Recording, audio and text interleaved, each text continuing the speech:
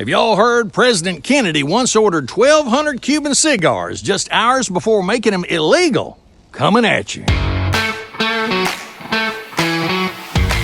Well, howdy there, friends. On this day in 1962, President John F. Kennedy was finishing up one of the most interesting shopping sprees in presidential history.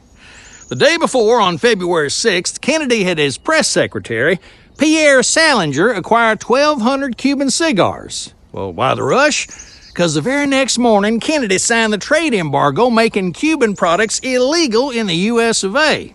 That's right, y'all. Old JFK made sure his personal cigar box was fully stocked before signing the very law that would prevent everyone else from getting them.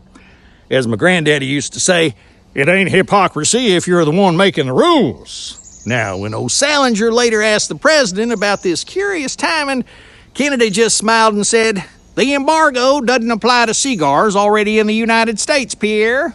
Talk about presidential privilege. Hey, y'all, today is National Paperclip Day. Yeah, I know what you're thinking. What's Southern about a paperclip? Well, let me tell you. The Paperclip Project at Whitwell Middle School in Tennessee. Back in 1998, students in this small southern town collected 6 million paperclips to visualize the number of Jewish lives lost in the Holocaust. Each paperclip represented a soul, and the project became so famous that people from around the world sent paperclips to this little old Tennessee school. The school eventually built a memorial using an authentic German rail car filled with 11 million paperclips, representing all the victims of the Holocaust.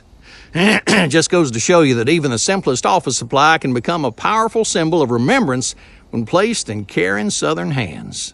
Here's some wisdom from the good book. Matthew 17:20 says, "If you have faith as small as a mustard seed, you can say to this mountain, 'Move from here to there,' and it will move. Nothing will be impossible for you."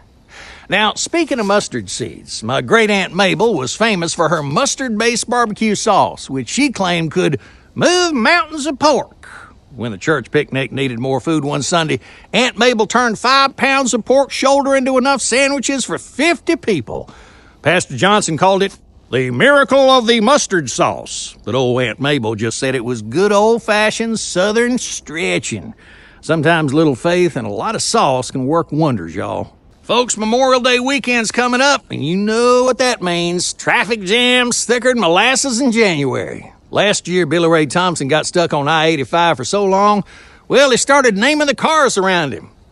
By the time traffic cleared, he'd written a country song called "Betty Lou, the Blue Sedan, Stole My Heart at Mile Marker 10. Hit number 63 on the local charts.